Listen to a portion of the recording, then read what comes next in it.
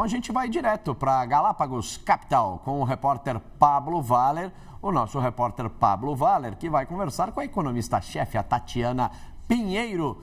Oi, Pablo Valer, está nos escutando? Muito boa tarde para você, para Tatiana Pinheiro. Sempre bom tê-los aqui no radar. E para falar um pouquinho do mercado financeiro no Brasil, o Ibovespa B3, que surpreendeu, deu de ombros para a crise externa, né? Essa crise geopolítica, subiu, bateu recorde intradia. Petrobras forte, Vale forte, bancos, também alguns varejistas conseguiram aí sustentar em alta a Bolsa Brasileira na contramão dos mercados globais. Tragam para a gente, então, esse olhar do que foi hoje o mercado aqui no Brasil e a prospecção, né, para os próximos dias também. Sejam bem-vindos aqui ao Radar. Oi, Eric, boa tarde aí a todos. Pois é, sempre pegam a gente aqui já conversando sobre o assunto. Tô sempre te ouvindo bem, viu? Sim, é que a gente realmente já fica falando sobre o que está acontecendo no dia e principalmente agora, nessa época, porque seria um exagero dizer, Tatiana, boa tarde para você, de que quase tudo, pelo menos hoje, do mercado financeiro, das ações que sobem ou descem, dos juros, né, que a gente vê em alta boa parte do mundo, até a inflação, muito atrelado a Donald Trump e toda essa tensão geopolítica com vários países que ele está criando? Sim.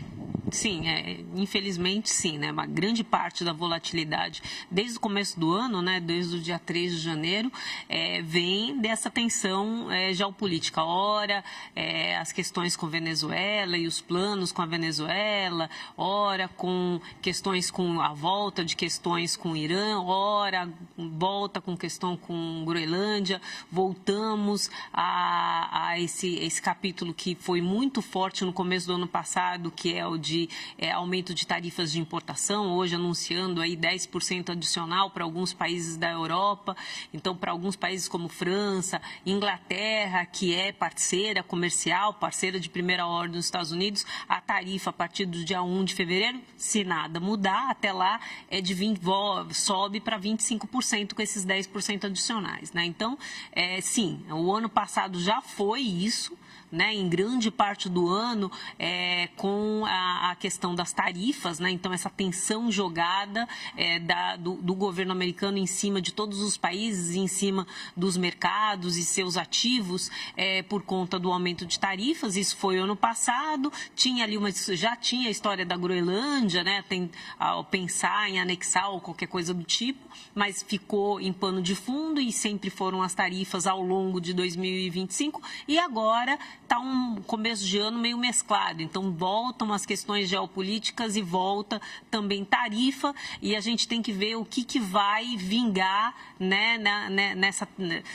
qual frente que ele vai resolver realmente trilhar. O ano passado foi a das tarifas, esse ano pode ser mais geopolítica, menos tarifa, ou pode ser as duas coisas juntas. O fato é que aquele cenário de incerteza que liderou, né, acabou trilhando aí a vida da maior parte da autoridade monetária nos países, e essa incerteza ela continua para esse ano e deve acabar trilhando aí o desempenho do preço dos ativos e as decisões de política monetária também. Porque quando a gente começa a ver até o tipo de ação, né, ou também ver juros em outros países, geralmente a gente cai nesse assunto, né? Por exemplo, olha só, a Vale está subindo hoje aqui no Brasil, diferente de muitas concorrentes do mesmo setor, inclusive. Mas por quê? Está entrando muito dinheiro de fora aqui e apostando nela, né? Então a gente sempre acaba caindo nesse assunto, né? Até as questões de tarifas que ele pode impor, por exemplo, você comentou da França, 200% simplesmente porque Emmanuel Macron não quer participar do Conselho de Paz. Ainda assim poderia afetar o Brasil, né? Claro, tudo conectado. Sim, tudo conectado, isso acaba afetando. Por quê? O que afeta? Pode afetar todos os países, né, inclusive Brasil, se a gente entrar num trade war, né, se você começar a ter tarifas recíprocas. Então, ele aumentou agora, colocou 10% adicional para as exportações de França, Grã-Bretanha, que é aliado em primeira ordem, Dinamarca. E aí, se a zona do euro fizer uma contrapartida e aumento de tarifas, igual o que a gente teve no começo do ano entre Estados Unidos e China, se tiver um aumento, tiver a guerra comercial e os países reagirem ao aumento de tarifa do Donald Trump, o que isso leva? De acordo com o Banco Mundial, leva a uma recessão mundial. E aí isso vai afetar os demais países que, às vezes, não estão diretamente relacionados nessa história. Então, começa uma guerra comercial entre Estados Unidos e Europa, mas isso leva a uma recessão econômica mundial, um menor comércio, e aí todos os países na África, países aqui na América Latina, a China, todos os países sofrem, né? Então, essa é uma questão a se observar. Hoje, o desempenho, por exemplo, quem está mais sofrendo é a Bolsa Americana. Saí agora, estava caindo 2%. Né? As bolsas europeias também sofreram um pouco ao longo do dia. A bolsa brasileira, ela estava até sofreu um pouco, mas voltou a crescer. E esse bom desempenho é isso que você falou. Vale, bolsas de telefonia. Por que a Vale tem um desempenho melhor do que algumas empresas do próprio setor, que fazem coisas muito parecidas com a Vale? Eu acho que por conta da representação que ela tem no Ibovespa, né? Então, isso também acaba determinando, né? Então, o Brasil ainda é um foco, né? Ele atrai capital porque é perspectiva de crescimento, perspectiva de eleição, perspectiva de mais crescimento à frente, mas aí o dinheiro que vem de fora vai aonde? Vai nas empresas maiores, nas empresas mais representativas. Então, vai em Vale, vai em bancos, vai indústrias de telefonia mais representativas. Então, a gente consegue deslocar, sair um pouquinho da história do mau dia de Estados Unidos. Por quê? Porque a gente tem uma história de crescimento que parece ser propício para esse ano, tem eleição no final do ano, então tem uma perspectiva de crescimento mais futuro, mas o que sai realmente, consegue sair desse movimento mais negativo do dia aí nas principais bolsas do mundo? As empresas que têm uma representação de mercado maior aqui no Brasil. Não é todo mundo, não são todas as ações. E se isso continuar dessa forma, né? Diríamos, estamos nessa situação e aí vem capital estrangeiro para cá, aposta em algumas empresas que já são mais fortes, né? Tem uma base melhor, mais confiança. Isso pode ser bom só para elas? A gente pode aí ver outras perdas sendo maiores em outros tipos, né? E qual um outro tipo de cenário, algum tipo de tarifa, por exemplo, colocada em algum lugar por Trump, reverteria esse jogo, né? Eu sei que fica difícil a gente até analisar com tantas pontas que se tem, né? E várias situações com países aí e Estados Unidos no meio. Mas a gente pode continuar ganhando como agora? O que poderia mudar? Bom, o que poderia mudar é realmente uma escalada mais séria, né, nesses conflitos geopolíticos que a gente está vendo agora. Então, um cenário de guerra não é bom para ninguém. Né? Então, mesmo que seja uma guerra distante da América Latina, isso pode reverter